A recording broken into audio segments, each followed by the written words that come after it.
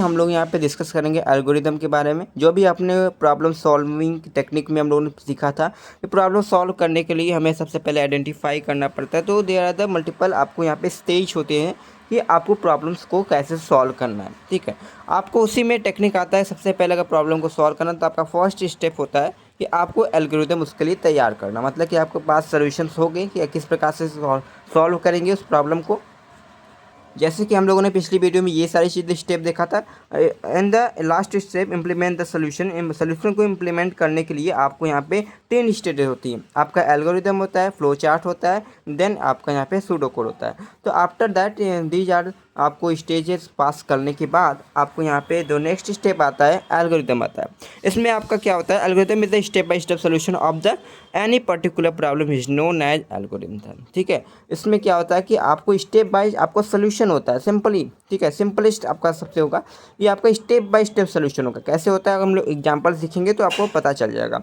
और ये आपका फिनिट नंबर ऑफ स्टेप्स होते हैं, मतलब इसमें नंबर ऑफ लाइन्स यहाँ पे फिनाइट होते हैं। ठीक है, और यहाँ पे it is defined in your own language, मतलब कि आपको इसमें कोई भी रिक्वायरमेंट नहीं है कि आपको लॉट ऑफ नॉलेज का यहाँ पे ज्ञान होगा कि किस प्रकार से करेंगे। आपको बस जो भी लैंग्वेज आ रही है आपको बस अपने ओन लैंग्वेज अपने लैंग्वेज में इसको एल्गोरिदम को लिखते हैं। ठीक है, इसमें कोई भी यहाँ पे बड़ी बात नहीं होती है। अब इसके कैरेक्टरिस्टिक की बात करते हैं, इसमें क्या क्या चीज़ें होती हैं। मतलब कि यह सिंपल होता है, क्लियर होता है, ठीक है, अंडरस्टैंडेबल होता है, आपके इसमें एरर नहीं होते हैं। ठीक है, आपके यहाँ पे यूनिक आउटपुट जनरेट होता है of the problem, finite number of steps होते हैं, सिंप्लिसिटी होती है of logic, cover the all possible solution, मतलब जो भी आपके पॉसिबल जो भी सोल्यूशंस आपके सिचुएशन होंगे, कंडीशंस होंगे, सारे को यहाँ पे कवरेज करते हैं। देन आपको कैपेसिटी एंड अंडरस्टैंड होता है, और यहाँ अनएक्सपेक्टेड सिचुएशन विच में arise during the solution of the problem, मतलब कि आपको अगर प्रॉब्लम सॉल्व करेंगे तो उसमें मल्टीपल आपकी सिचुएशंस हो जाएंगी। जैसे कि अगर आप डिवाइड का प्रोग्राम बना रहे हैं, जैसे कि हम लोगों ने दो वैल्यू को डिवाइड करने का प्रोग्राम बनाना, मतलब कि a डिवाइड बाई b, मतलब हमें रिजल्ट क्या देगा। अगर हम लोग डिवाइड कर रहे हैं जैसे कि 6 डिवाइड बाई 2 कर रहे हैं तो आपका रिजल्ट यहाँ पे 3 आना चाहिए। तो उसी प्रकार से इसमें क्या एक सिचुएशन हो जा सकता है, एक कंडीशन क्या होना चाहिए कि अगर आप a डिवाइड बाई b कर रहे हैं तो b की वैल्यू नॉट इक्वल टू 0, मतलब कि अगर 6 डिवाइड बाई 2 करोगे तो अब अनडिफाइंड आ जाएगा, अनडिफाइंड बिहेवियर यहाँ पे शो करेगा। तो आपको यहाँ पे एक सिचुएशन हो गया कि आपके b की वैल्यू यहाँ पे 0 नहीं होना चाहिए। तो आपको ये सारी चीज़ें कंडीशंस होती हैं। आगे हम लोग अगर और भी बड़े से बड़े प्रॉब्लम्स को सॉल्व करेंगे तो मल्टीपल कंडीशंस आपको होती हैं, जिसमें कि आपको अलग अलग अप्रोच को फॉलो करना पड़ता है। ठीक है, तो ये सारी चीज़ें आपको एल्गोरिदम में यहाँ पे डेफिनेटली पॉसिबल यहाँ पे कवर करना पड़ता है। अब अगर बात करें कि एडवांटेजेस ऑफ एल्गोरिदम, मतलब कि आपका बेनिफिट क्या है एल्गोरिदम को लिखने का, तो सबसे पहले इधर finite number of step by step procedure होता है और फिनिट नंबर ऑफ लाइंस होती हैं इसमें। ठीक है, और इजी टू फर्स्ट डेवलपर, मतलब आप डेवलपर हैं, आपका फर्स्ट स्टेज क्या होता है एल्गोरिदम को तैयार करना। ठीक है, इसमें आपको कोई भी नॉलेज की रिक्वायरमेंट नहीं होती है, आपको उन लैंग्वेज मतलब अपने लैंग्वेज में लिखना है। ठीक है, आपको इसके फ्लो चार्ट को बनाने में ये हेल्प करता है। आगे के हम लोग डिस्कस करेंगे फ्लो चार्ट कैसे बनाते हैं, क्या होता है फ्लो चार्ट। ठीक है, तो 3 स्टेज होते हैं आपके algorithm, flow chart and pseudo code. अब थर्ड यहाँ पे बेनिफिट एडवांटेज है कि it has the beginning and the, मतलब कि आप बिगिनर हो तो आपको सबसे पहले ये सारी चीज़ें स्टेप आपको फॉलो करने पड़ते हैं।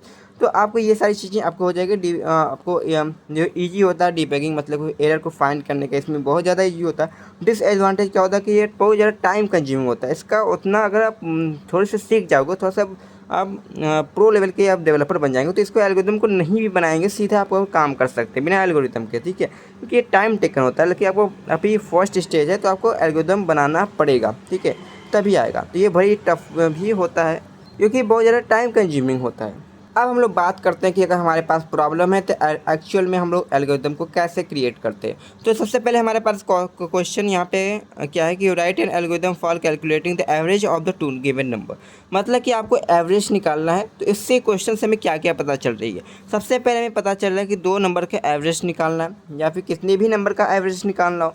तो हम लोग फर्स्ट स्टेज सीखते हैं कि 2 नंबर का मान लेते हैं एवरेज निकालना है। तो 2 नंबर का एवरेज निकालने के लिए हमें 2 नंबर होना चाहिए, यानी कि हम लोग मान लेते हैं कि ए एंड बी हमारा नंबर है।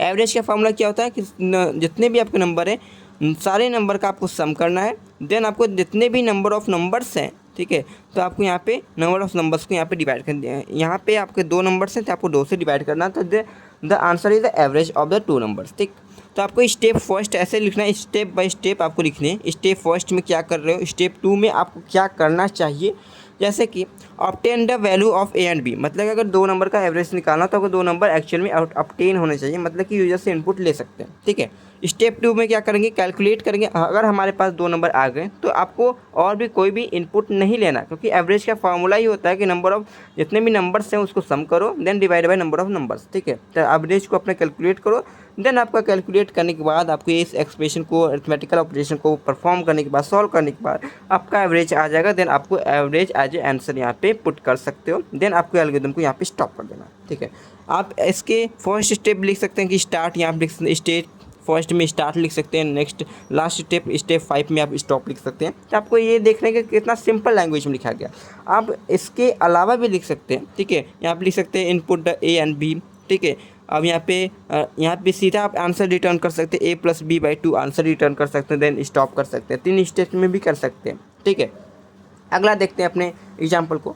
Right the necessary step for making the telephone call, मतलब कि एल्गोरिथम किसका बनता है, ये एल्गोरिथम किसी भी प्रॉब्लम का बन सकता है। जैसे कि टेलीफोन कॉल करना है तो आपको क्या क्या स्टेज आपको फॉलो करने पड़ते हैं, क्या क्या बेसिक सा स्टेप होता है। सबसे पहला स्टेप क्या कर सकते हो कि पिकअप द रिसीवर, मतलब कि रिसीवर को आपको पिकअप करना पड़ेगा।